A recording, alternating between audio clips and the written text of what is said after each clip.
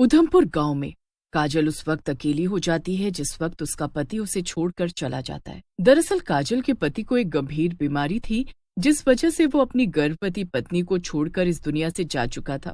मैं लुट गई, बर्बाद हो गई। आज मेरा पति छोड़कर चला गया। मैं खुद को कैसे संभालूं और इस बच्चे को जिसने अपने बाप का चेहरा तक नहीं देखा। अपने आप को संभाल।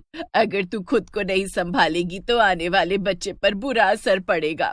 काजल जैसे तैसे अपने इस बुरे दिन को स्वीकार करती है और अपने आने वाले बच्चों की देखरेख में लग जाती है। और ऐसे ही करीब 6 महीने निकल जाते हैं और काजल एक बेटे को जन्म देती है जिसमें वो अपने पति को देख रही थी। काजल का बेटा बेहद सुंदर था, लेकिन काजल को अब इस बात की चिंता सताने लगी कि वो अब इस नन्ही सी जान के लिए क्या करे जो उसके लालन पालन और दूध के लिए पैसे आए। शांति, कुछ खाने के लिए दे दो और थोड़े पैसों की भी जरूरत है।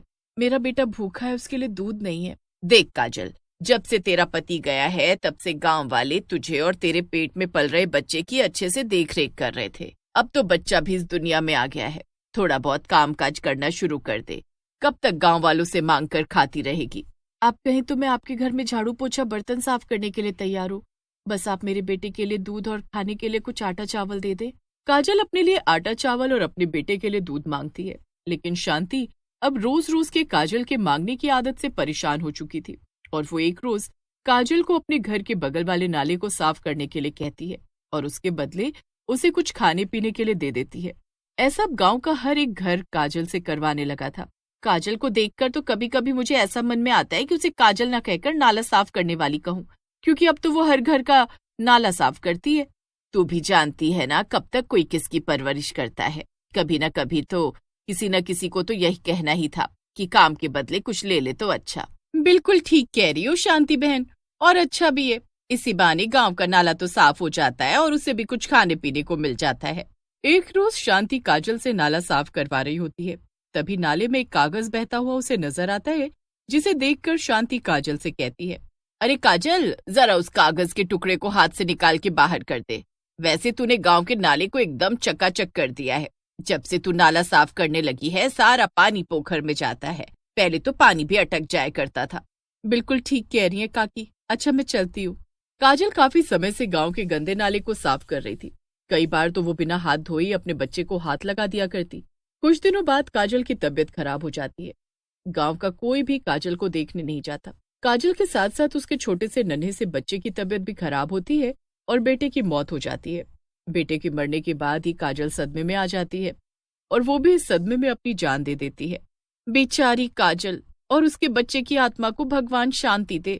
गांव के लोगों को इस बात से बिल्कुल भी फर्क नहीं पड़ता कि काजल अब इस दुनिया में नहीं है। धीरे धीरे लोग काजल को भी भुला देते हैं।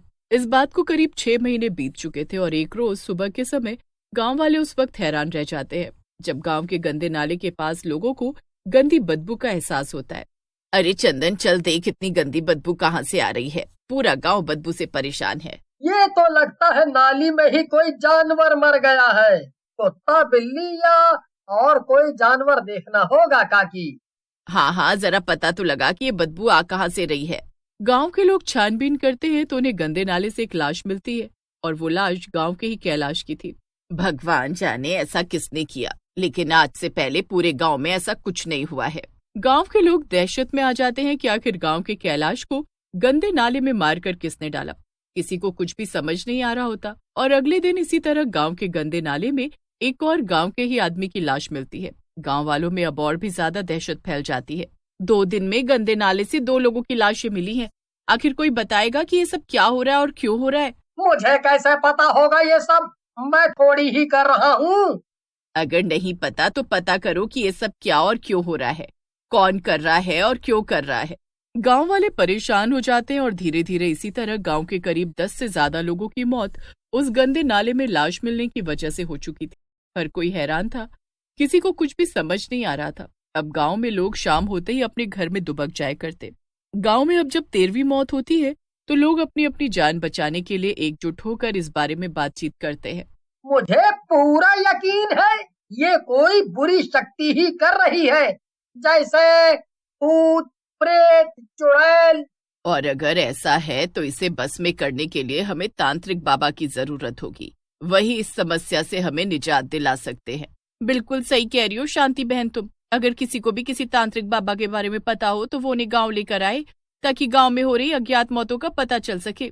हाँ बिल्कुल बिल्कुल, इस बात का जल्द से जल्द पता लगाया जाए। अब गांव के कुछ लोग एक तांत्रिक बाबा को गांव में लेकर आते हैं। तांत्रिक बाबा गांव में आते ही बहुत भौचक्के हो जाते हैं, क्योंकि उन्हें पता चल जाता है कि गांव में एक बुरी शक्ति का वास है जो गांव के लोगों को मार रही है। इस गांव में एक बुरी शक्ति का वास है। जिस वक्त मैंने इस गांव में कदम रखा, उस वक्त ही मुझे इस बारे में पता चल चुका है। इस बारे में तो वो बुरी शक्ति खुद ही बताएगी, क्योंकि इस गांव में कुछ ऐसा गलत हुआ है जिस वजह से वो बुरी शक्ति अपना बदला लेने यहाँ आई है। गांव के लोग मानने को तैयार ही नहीं होते कि गांव में किसी के साथ कुछ बुरा हुआ है, जिस वजह से ये सब हो रहा है। अब तांत्रिक बाबा के कहे अनुसार गांव में पूजा अनुष्ठान रखवाया जाता है और उस पूजा के दौरान उस बुरी शक्ति को बुलाया जाता है। पूजा के दौरान वो बुरी शक्ति प्रकट होती है। हालांकि गांव के लोग जो कि उसे पूजा में शामिल थे, वो उस चुड़ैल के आते ही डर जाते हैं। इन गांव वालों ने मेरा क्या बिगाड़ा है? अरे ये गांव वाले तो दुष्ट हैं, पापी हैं, जो एक माँ की ममता को नहीं समझ सके, एक बच्चे की भूख को नहीं समझ सके। इनके कारण मुझे गंभीर बीमारी हो गई। मेरे बच्चे को भी ऐसी बीमारी हुई कि वो मुझे छोड़कर चला गया, और उस सदमे में मैं भी दुनिया को छोड़कर चली गई। तुझे पहेलियां बुझाना है तो यहाँ आई ही क्यों है? बता, कौन है तू? क्या नाम है तेरा और क्या चाहती है तू? क्यों इन बेगुनाहों की जान ले रही है तू? मेरा नाम काजल है, वही काजल जिससे गांव वालों ने मजबूरी में उसके पेट की आग की वजह से नाली साफ करवाई। उस गंदे नाले की वजह से मुझे गंभीर बीमारी हो गई और मेरी जान चली गई। मेरे साथ साथ मेरे मासूम से बच्चे की भी जान चली गई, लेकिन इन गांव वालों को थोड़ा भी तरस नहीं आया। गांव वाले जब चुड़ैल के मुंह से ये सारी बातें सुनते हैं तो वो हैरान रह जाते हैं। उन्हें धीरे धीरे सारी बातें याद आने लगती हैं कि उन्होंने काजल के साथ जो कुछ किया वो गलत तो था, लेकिन काजल भी गलत थी। वो कमाने की बजाय लोगों से मांगकर खाना पसंद कर रही थी, और अंत में वही हुआ जो ऊपर वाले को मंजूर था। काजल को गंभीर बीमारी हुई और वो मर गई।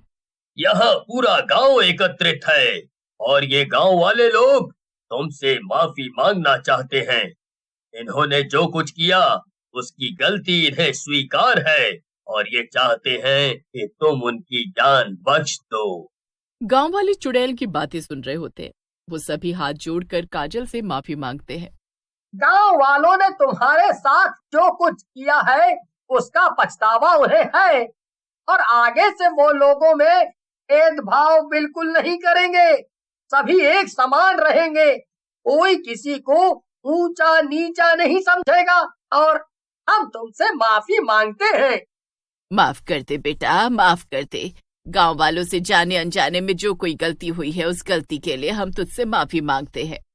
एक साथ गांव वालों को हाथ जोड़कर माफी मांगता हुआ देख काजल की आत्मा भी पिघल जाती है। उसे भी एक पल को एहसास होता है कि उसकी भी गलती थी। उसे कमाकर खाना चाहिए था, लेकिन वो गांव वालों पर निर्भर हो गई। ठीक है, मैंने तुम लोगों को माफ किया। इतना कहते ही काजल की आत्मा को मुक्ति मिलने लगी। उसकी आत्मा भस्म होने लगती है और गांव वाले हाथ जोड़कर काजल को अपने आंखों के सामने मुक्ति मिलते हुए देख रो पड़ते हैं, और देखते ही देखते काजल की आत्मा को मुक्ति मिल जाती है। और उस दिन के बाद से गांव में फिर किसी की मौत नहीं होती, क्योंकि काजल की आत्मा गांव के लोगों को माफ कर चुकी थी।